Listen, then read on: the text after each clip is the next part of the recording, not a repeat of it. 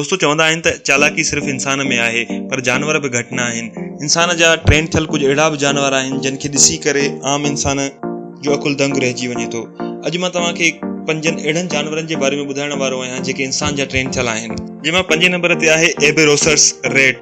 दोस्तों छा तव्हांखे ख़बर आहे त साइंसदान का बि दवा इंसान ते टेस्ट करण खां पहिरियों कोए ते छो टेस्ट कंदा आहिनि? छो त कोए जो DNA इंसान सां 98% कजड़ाई रखंदो आहे। ऐं कोए जी हिकु ॿी खूबी बि आहे, उहा आहे उनजो चालाक दिमाग़।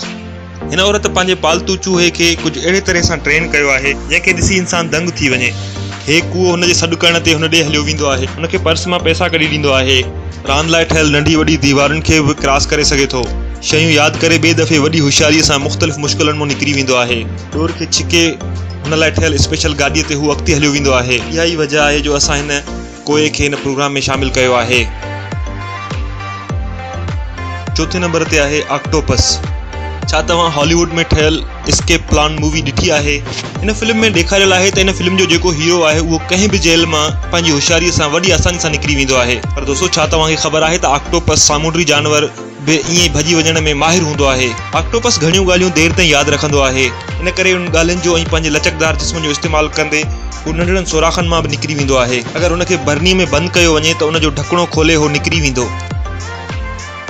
ऐं बोतल जे नंढे मुंहं मां पाण खे कढण में बि उहो माहिर आहे, इन करे हिन खे ग्रेट स्किप आर्टिस्ट बि चयो वेंदो आहे। 3 नंबर ते आहे द एलिफेंट पेंटर। पुराणे ज़माने में हाथीअ जो इस्तेमालु राजा महाराजा सवारी ऐं जंग में विहण लाइ इस्तेमालु कंदा हुया। अॼु बि केतिरनि ई जायुनि ते हाथी इस्तेमालु थींदो आहे वज़न खणण जे लाइ। थाईलैंड जी हिन कैंप में इंसाननि हाथियुनि खे कुझु अहिड़ी सिख्या ॾिनी आहे त उहो मुख़्तलिफ़ तस्वीरूं या ड्राइंग्स ठाहे सघनि था।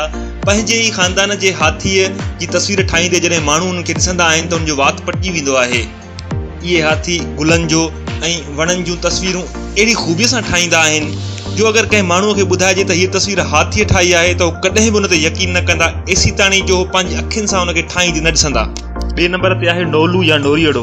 तव्हां फिल्मुनि में ॾिठो हूंदो त नोलूअ खे अखरोट ॾाढो पसंदि हूंदो आहे, पर साइंसदाननि जॾहिं तजुर्बो कयो त छा नोलू इन जी ख़ुशबू सिंघी सघे थो त इन जो जवाबु आहे न, छो त नोलूअ जी यादि करण जी ताक़त तमामु तेज़ हूंदी आहे, इन करे असां हिन खे ट्रेन बि करे सघूं था। हीउ जेको नोलू तव्हां ॾिसी रहिया आहियो इन जो नालो आहे ट्विगी।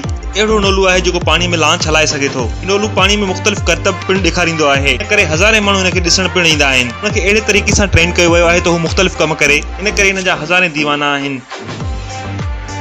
नंबर ते आहे ॿिली या कैट। घरनि में रहंदड़ हीउ जानवर ॾाढो तेज़ थींदो आहे, इन करे मुख़्तलिफ़ शयुनि लाइ असां हिन खे ट्रेन बि करे सघूं था। अगरि सही तरीक़े सां हिन खे ट्रेनिंग ॾिनी वञे त इहे असांजे घर जी हिफ़ाज़त पिणु करे सघनि था। पर तव्हांखे ख़बर आहे त तव्हांजे घर में ईंदड़ ॿिली तव्हांजे घर में चोरी बि करे सघे थी। मां खाधे जी चोरी जी ॻाल्हि नथो कयां, मां ॻाल्हाए रहियो आहियां तव्हांजी क़ीमती शयुनि जे बारे में। कुझु माण्हू ॿिलियुनि खे ईअं ट्रेन कंदा आहिनि त उहो ॿिए जे घर में वञी क़ीमती शयूं चोराए अचे। इहे ॿिला एतिरा होशियार हूंदा आहिनि त जेकॾहिं चोरीअ जे दौरान मालिक उन्हनि खे ॾिसी वठंदो आहे त उहो घर जी कंहिं कुंड में लिकी बि वेंदा आहिनि।